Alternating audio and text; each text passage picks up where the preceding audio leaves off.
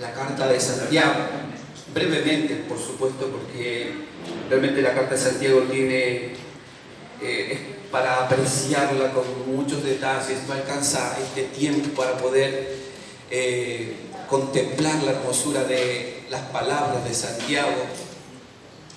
Este Santiago que tiene que ver en forma filial con el Señor Jesús, el medio hermano del Señor Jesús. Se cree que era el mayor de los hermanos de Jesús, ¿sí? Y Santiago, en el ministerio de Cristo, él no acompañó a Jesús. Él al comienzo no creía en lo que el Señor Jesús, la misión del Señor Jesús, ¿no? De hecho, la familia, inclusive, yo creo que hasta María, por un momento influenciada por los hijos, ¿no? Fueron a buscarlo a Jesús. Y en palabras vulgares podríamos decir que casi lo trataron de loco en aquel momento cuando el Señor estaba hablando, enseñando, ¿no? La parábola de la semilla, ¿sí? Del sembrador, cuando el sembrador salió a sembrar. En esa parábola, ahí en ese contexto, llegan los hermanos y María a buscarlo a Jesús, ¿no?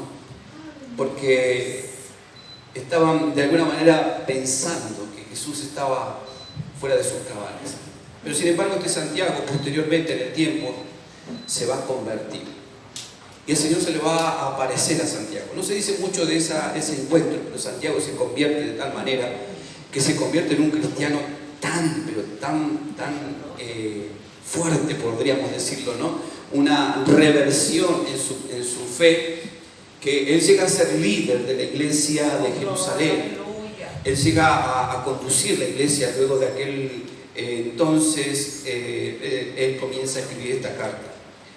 Santiago también es una carta de un conjunto de cartas que se estudia, se puede observar la temática de estas cartas, un conjunto de 7 cartas que se llaman las epístolas generales, ¿no? Que son 7 cartas: Santiago, primera y segunda de Pedro, Juan 1, 2 y 3 y Judas. Es un conjunto de 7 cartas que están escritas en una terminología amplia, general. No están dirigidas a una iglesia ni tampoco a una persona, como a diferencia de las cartas de San Pablo, que sí están dedicadas o direccionadas a iglesias, Efeso, Corintios, ¿no? Colosenses y todas esas iglesias a las que le escribe Pablo, y a esos pastores que él levanta, a Tito, a Timoteo, ¿no? Y Filemón es un personaje dentro de la historia de la vida de Pablo, ¿no? Un convertido, un ladrón convertido que recibe la misericordia de Dios. Y en este contexto lo que quería compartirles es el enfoque del libro de Santiago. Santiago nos sitúa específicamente en el andar diario, la vida del cristiano, ¿no? Algunos teólogos lo han visto un poco contradictorio al libro de Santiago, ¿sí? Porque él enfoca, ¿no? La fe desde una óptica, ¿sí? Muy diferente a la de Pablo, ¿sí? Entonces, en este contexto y en esta situación, Santiago escribe y presenta un aspecto diferente, que es de lo que les quiero hablar en esta mañana. El aspecto de la fe que presenta Santiago y que tenemos que tener claro a la hora de hablar de la fe, ¿sí? Porque es muy lindo, yo escucho cosas maravillosas cuando se habla de la fe, ¿sí? Pero es muy importante tener en cuenta la base, ¿sí? Teológica o bíblica que nos enseña la palabra cuando hablamos de este término, la palabra fe, ¿sí? Porque hay quienes dan abuso a esta palabra y por lo tanto cometen de alguna forma alguna herejía, ¿no? Errores, confusión, lo que hace que la fe que tenemos que vivir muchas veces no la vivamos como la tenemos que vivir, ¿no? Entonces, hablando de Santiago, él comienza su carta. Vamos a leer ahí en el libro de Santiago, capítulo 1, versículo 1, ¿sí? Para explicar este versículo, ¿sí? Y no genere esta confusión de por qué decía que es general, pero él habla aquí de algo muy especial. Fíjense, Santiago, siervo de Dios y del Señor Jesucristo. Él no dice que es hermano, dice que es siervo del Señor Jesucristo. A las 12 tribus que están en la dispersión, salud. ¿Sí? Las 12 tribus es una terminología dentro de la Biblia que se utiliza para hablar de los judíos que fueron dispersos en varias etapas de la historia del pueblo de Israel. Ustedes saben, en el Antiguo Testamento los judíos fueron llevados cautivos muchas veces, ¿sí? En este tiempo, en el tiempo de Jesús, en el tiempo que estamos viendo la carta de Santiago, Santiago está hablándole a aquellos judíos cristianos, no judíos, sino judíos cristianos que se habían convertido al cristianismo, ¿sí? Y que a raíz de la persecución, ¿sí?, del Imperio Romano y de los mismos judíos religiosos que perseguían a los cristianos, ellos fueron dispersos, ¿no? Fueron dispersos. Así como el pueblo judío posteriormente también en el año 70 fue disperso, ¿sí?, a causa de la caída de Jerusalén, ¿sí? Muchos judíos, entre esos judíos habían grupos cristianos. ¿Se entiende? Amén. Amén. Así que habían dos clases, los judíos que eran judíos y los judíos cristianos, convertidos al Evangelio. Santiago les escribe a estos judíos cristianos que estaban pasándola mal en tiempos muy difíciles, ¿sí?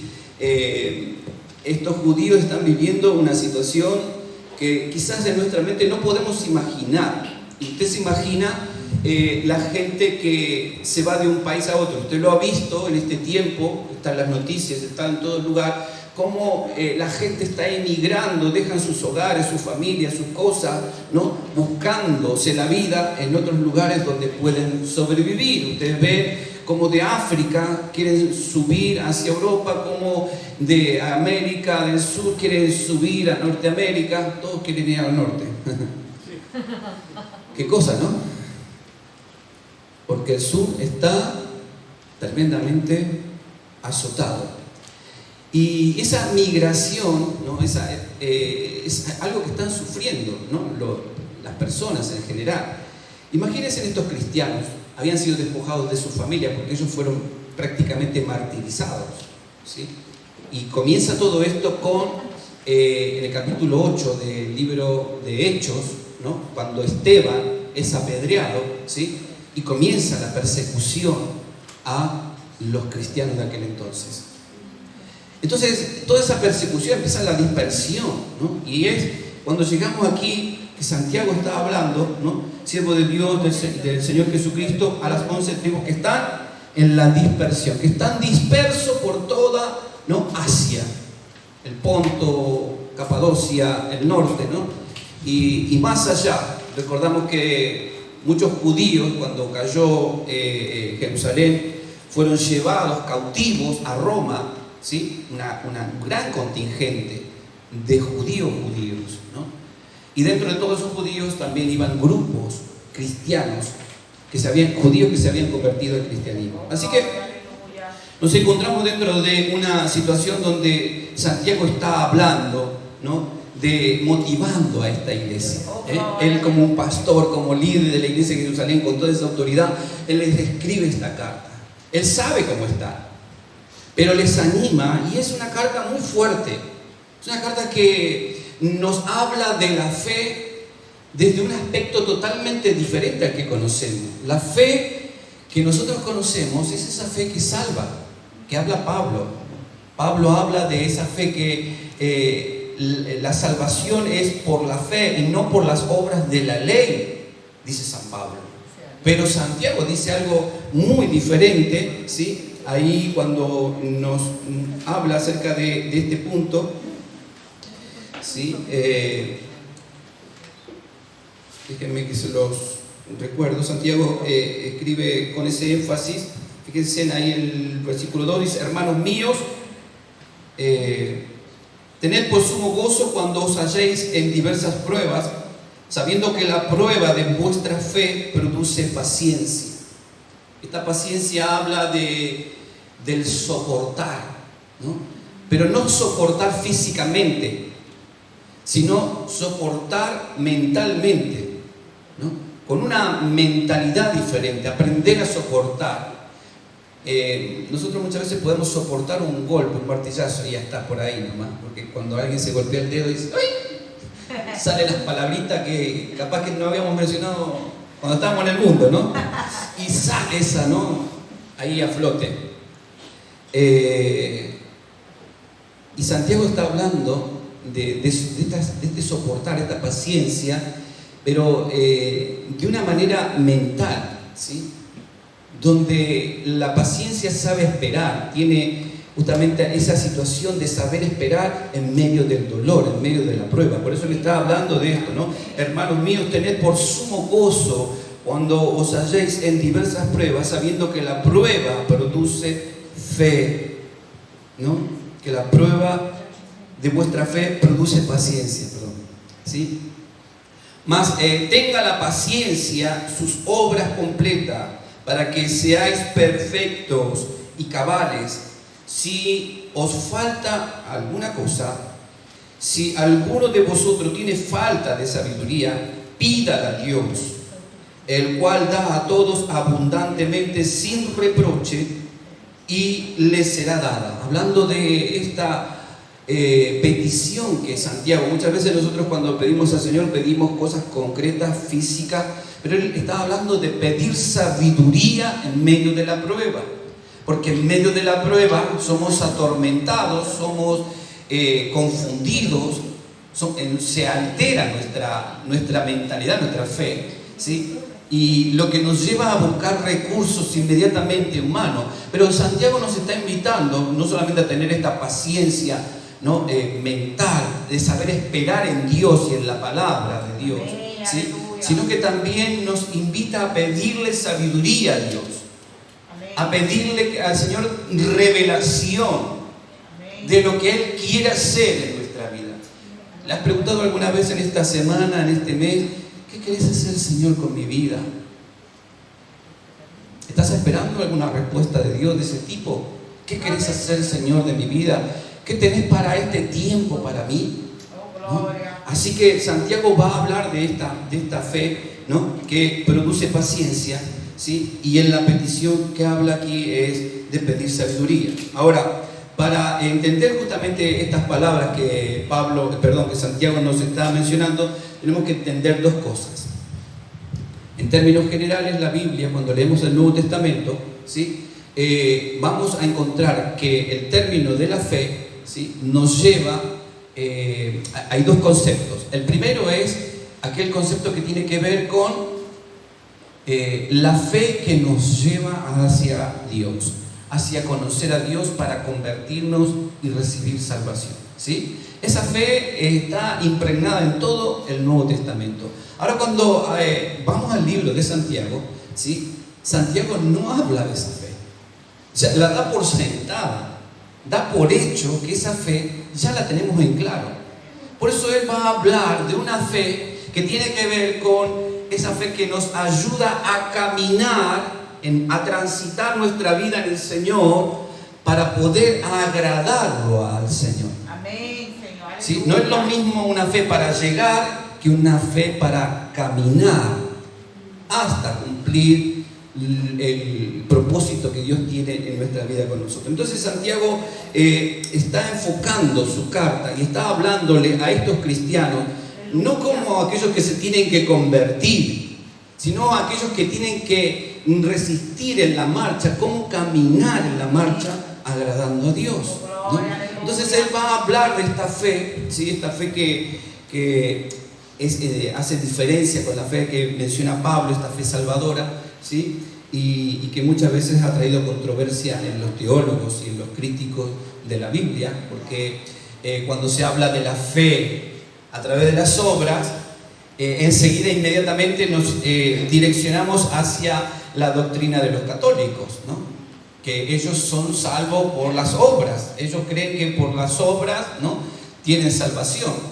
Y en cierta forma tiene que ver, no es que avalo esa teología, sino que me apoyo sobre lo que dice Santiago, que la fe genuina, la fe que realmente tenemos en el Señor, debe irradiar obras, debe irradiar frutos. ¿Cuántos dicen amén a eso? Amén. Porque por muchos años la iglesia evangélica, ¿sí?, nos hemos quedado, fíjense que y cada día, cada tiempo, más, porque no hay hechos. Cuando hablamos de obras, no estamos hablando de obras humanas, sino de la obra de Dios. Que la fe que tenemos en el Señor debe demostrar la obra de Dios en nuestra vida. O sea, la huella digital de Dios que ha puesto en nuestro corazón, ¿sí?, debe de tener una marca en nuestro corazón de esa huella digital, y por lo tanto demostrar que estamos marcados por esa fe a través de lo que hacemos, ¿no? En nuestra vida cotidiana. Un muchacho estaba yendo a tomar el tren y tenía sus muletas, iba a estudiar a la universidad y de pronto tenía un problema y estaba con sus muletas y quería llegar al tren, y de pronto con sus libros y sus muletas, ¿no?, entre toda la gente, ¿no?, un hombre se tropieza, ¿no?, con una de sus muletas y el muchacho cae, ¿no? Y cuando cae quedan todos los libros desparramados del muchacho por ahí, y el hombre encima lo insulta, ¿no?, se enoja y se va dejándolo tirado, y toda la gente corriendo de aquí para allá, el muchacho ahí. De pronto un señor aparece y comienza a recogerle los libros, lo ayuda, lo levanta, ¿no?, lo acompaña hacia el vagón donde tenía que él subir. Y el muchacho le pregunta: Señor, ¿usted es Jesús? Y el muchacho le dice: no, soy un seguidor de Jesús. Esto como para representar un poco las acciones de nuestra vida. Esto de estar atento en los minúsculos detalles de nuestra vida. Como les decía, el Señor estaba atento a todos los detalles del diario vivir de la gente. Él andaba entre la gente y veía a la gente, y veía y observaba las actitudes. Él conocía las intenciones del corazón de la gente. Él sabía los pensamientos que ellos tenían por sus hechos, por sus actitudes. Y no estamos exentos de la mirada de Dios.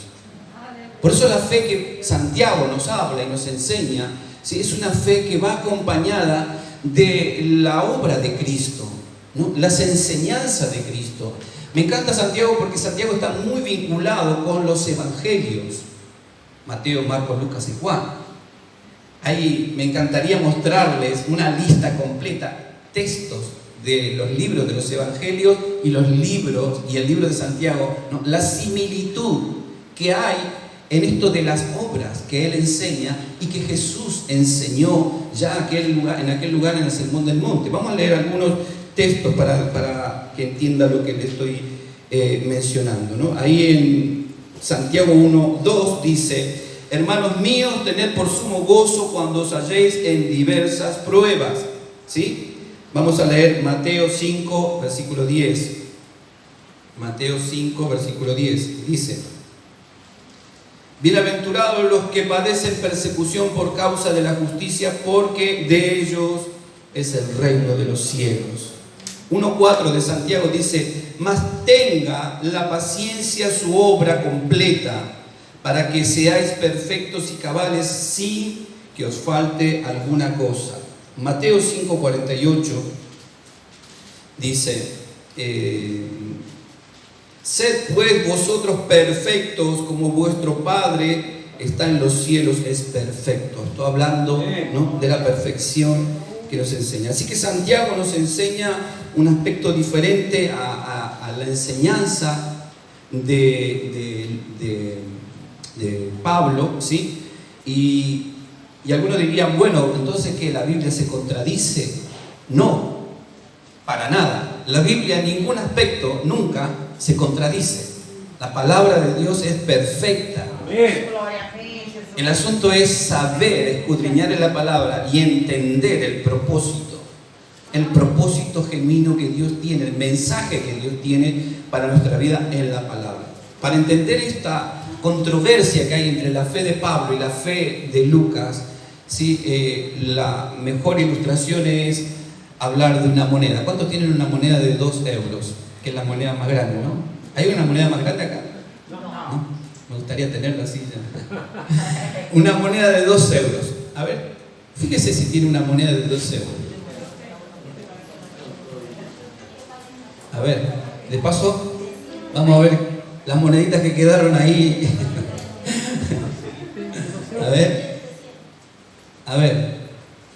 Me gustó esta ilustración porque generalmente las monedas en los países de Sudamérica tienen una sola forma, vamos a decir, ¿no? ¿Qué cara tiene? Sí, ¿qué cara tiene? Bueno, dice, todos coincidimos en la cara que dice 2 euros, ¿no? Sí. ¿Todos dicen? Sí. Pero ahora, la tuya, ¿qué dice? ¿Qué hay?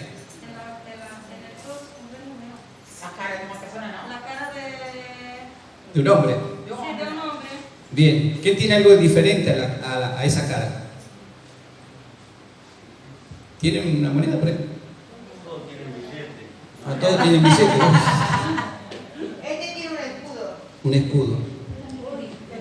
¿Saben que hay algunas que tienen un escudo, otras tienen a un personaje, a un presidente, un monumento, ¿sí?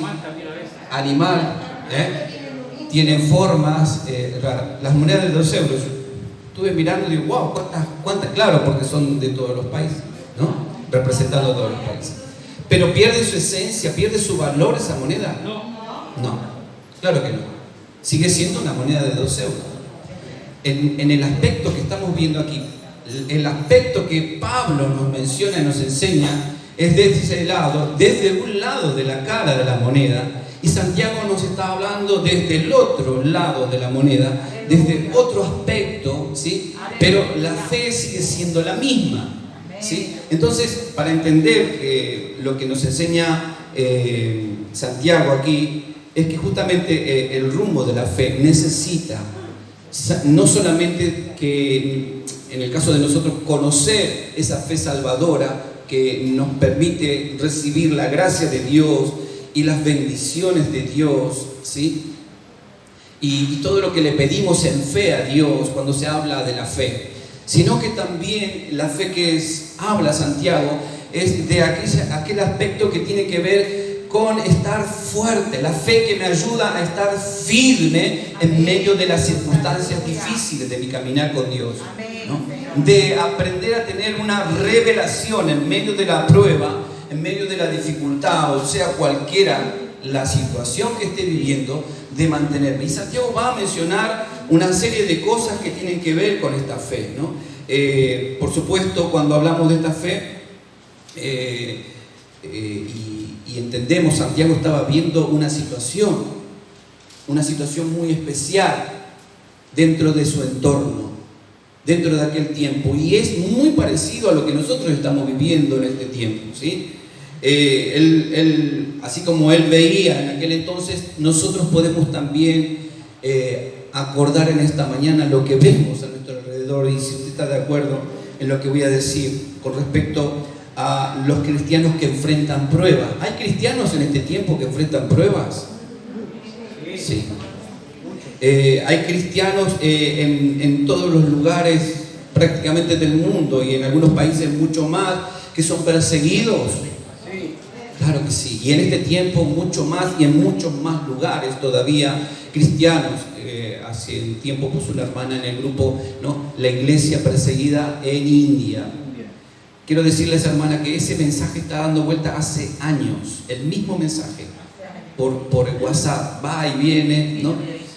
Las persecuciones, hay que actualizar ese mensaje porque es algo mucho peor lo que está ocurriendo en India, peor, cristianos que están muriendo de enfermedades porque no los quieren atender, la pandemia esta que hay, cristianos que no los quieren vacunar, no los quieren atender y fallecen, ¿no?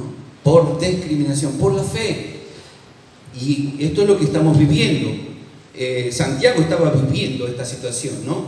Algunos que hablan de la fe, pero que sus conductas son peores que las de los mundanos, o si les gusta más, peores que las de los incrédulos. Conductas que no agradan a Dios y que muchas veces no nos agradan a nosotros mismos, ¿sí? Entonces Santiago estaba viendo dentro de su contexto esto, ¿no? Lo peor de esa situación. Todos los creyentes que enfrentan situaciones de tentación también las está viendo.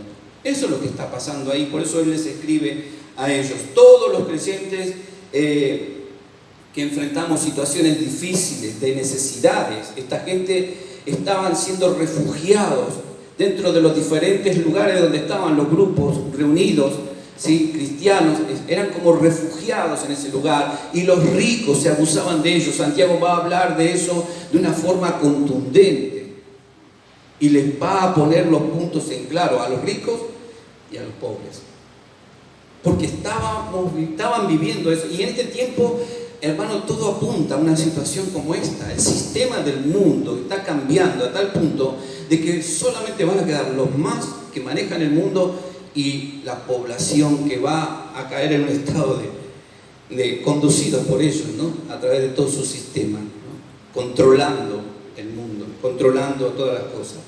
Y en ese control entra el control a la iglesia, donde la iglesia en ese tiempo va a sufrir situaciones muy adversas, muy difíciles, las cuales todos nosotros tenemos que estar preparados. Así que Santiago estaba viendo esta situación, ¿sí? Y por eso él habla de esta fe, ¿no? Que tiene que ver con una fe llena de obras, que irradia obras, que manifiesta acciones.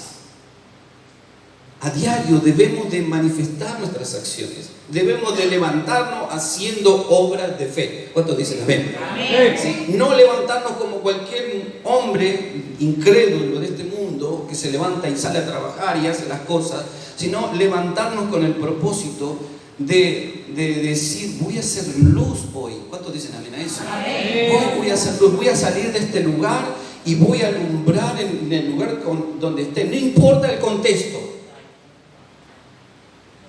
Donde estemos, seamos luz.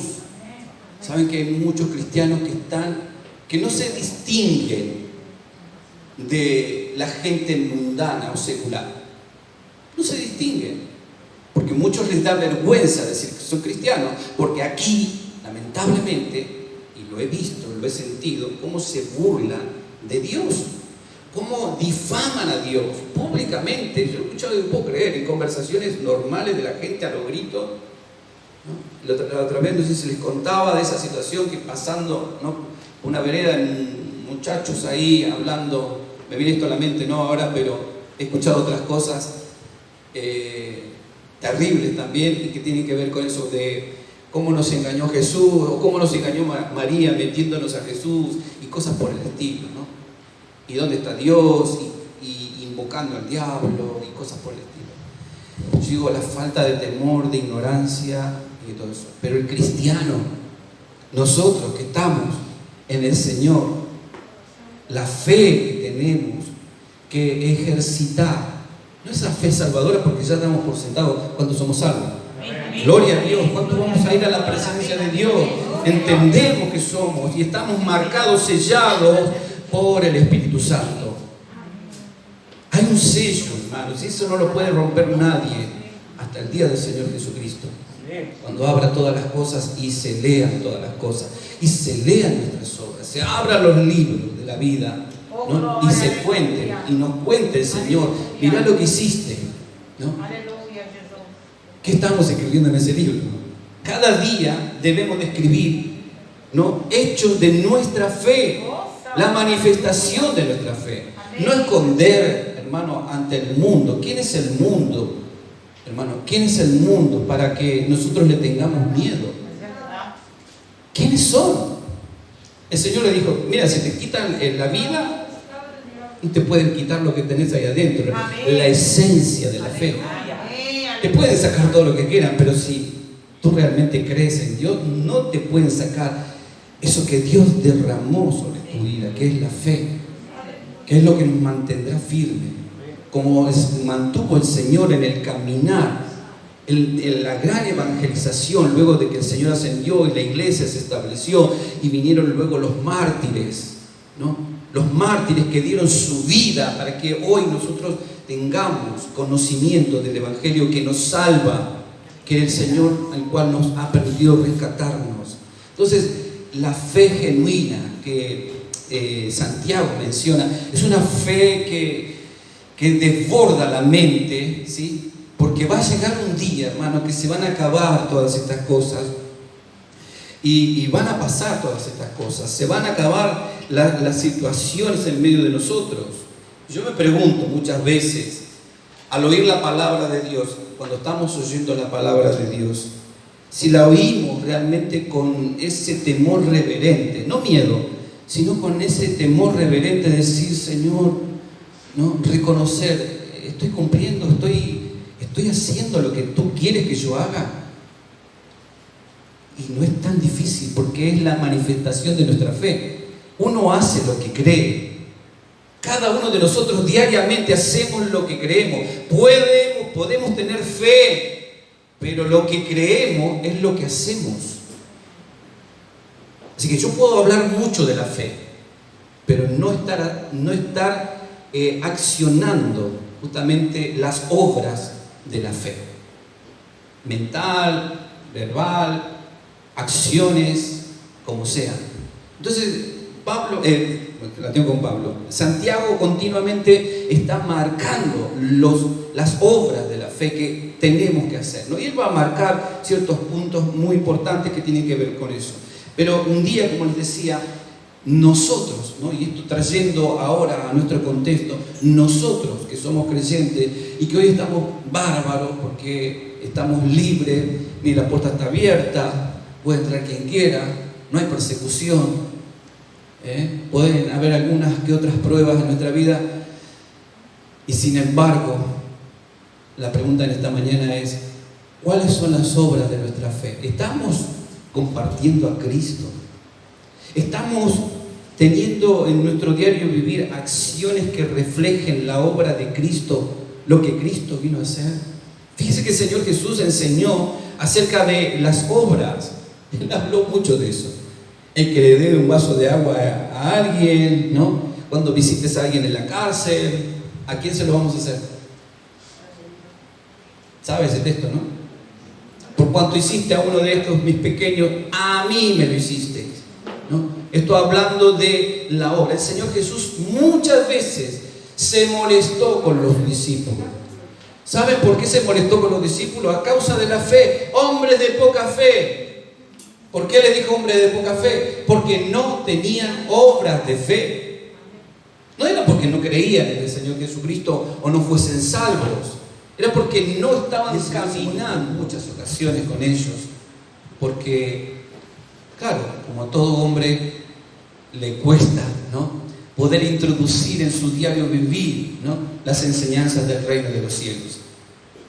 Pero mientras nosotros tenemos tiempo y podemos adorar, introducirnos en la presencia de Dios, donde tenemos la oportunidad de escudriñar la palabra si es que lo necesitamos para poder predicar, usted lo tiene, hermano. Usted tiene a su alcance. No puede decir que no tiene esas cosas, esas herramientas para prepararse. Dios está llamando hace mucho tiempo a muchas personas, pero se va a acabar el tiempo de los asientos cómodos, de estar sentados oyendo cada domingo un culto, la palabra de Dios. Amén. Quizás nosotros tengamos la oportunidad de partir de esta vida, como algunos ya han partido, sin tener que ver ese tiempo. Pero ¿y qué si ese tiempo viene, hermanos? ¿Qué si ese tiempo de prueba difícil viene? ¿Vamos a claudicar en nuestra fe? ¿Vamos a escondernos? ¿Vamos a atemorizarnos? ¿Vamos a avergonzarnos del Señor? Acuérdense que las obras que hacemos manifiestan la fe que tenemos en Dios. Así que es muy importante en este tiempo que, bueno, la fe que el Señor ha puesto en nuestra vida la podamos ejercitar. No voy a incurrir dentro de todas las enseñanzas de Santiago que tienen que ver con un montón de aspectos muy, muy importantes, y que si se da la oportunidad vamos a estar estudiando esta materia, ¿sí? Y le invito, les paso hago archivo, si quieren venir a estudiar cuando salga, poder estudiar esto que tiene que ver con la vida cristiana, con nuestras vidas en este tiempo. ¿Qué es lo que la palabra de Dios nos enseña en estas 7 cartas que tenemos que aprender? ¿Qué nos enseña? Las 7 cartas finales, generales, hablan acerca, ¿no?, de la vida del cristiano en tiempos de persecución y en tiempos donde los falsos maestros van a abundar, ¿no?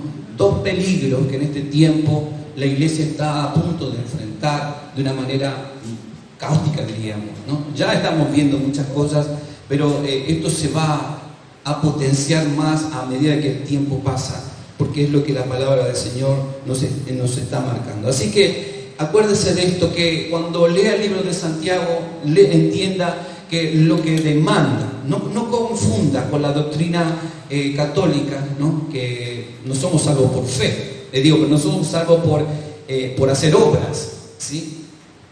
Somos salvos por la fe, ¿sí? Pero la fe, y dice Santiago, y la fe que nos ha salvado es esa fe que está llena de obras. En otras palabras, la fe que hemos recibido no solamente nos salva, sino que nos da la capacidad de hacer obras. Así que, mujeres, a predicar el evangelio, a invitar, a movilizarse. Tenemos un tiempo de apertura. La iglesia se puede abrir en este tiempo, a ampliar los hogares, a estar orando en comunión, a perseverar en la oración en los hogares, como estábamos haciendo en un tiempo, pero ahora con mayor fuerza, ¿sí? A predicar con el testimonio en el lugar donde estemos, que la fe irradie, hermanos, presencia de Dios, que vean tu vida llena del Señor. Y si tienes que padecer afrenta, esa paciencia es algo que tenemos que ejercitar, la paciencia de saber soportar el desprecio, la deshonra, la humillación, el abuso, el maltrato. Esa paciencia nos va a llenar. Si yo le pido al Señor, Señor, dame sabiduría para poder tener una salida de esta situación, irrádiame, Señor, de esto, para que yo pueda soportar y que lo que me afrente, ¿no?, lo que me venga de frente, lo pueda soportar como el Señor lo soportó todo por nosotros en la cruz del Calvario. Él por nosotros dio su vida. Hermanos, nosotros tenemos muchas cosas para darle al Señor sin sacrificarnos. Solamente confesando con nuestros labios de su grandeza y su poder, sé que el Señor va a hacer grandes cosas. Pongámonos de pie en esta mañana y vamos a orar al Señor, pedirle que en este tiempo nos ayude a tener esa fe, hermanos, esa fe que irradia obras poderosas, amén, en el Señor, amén.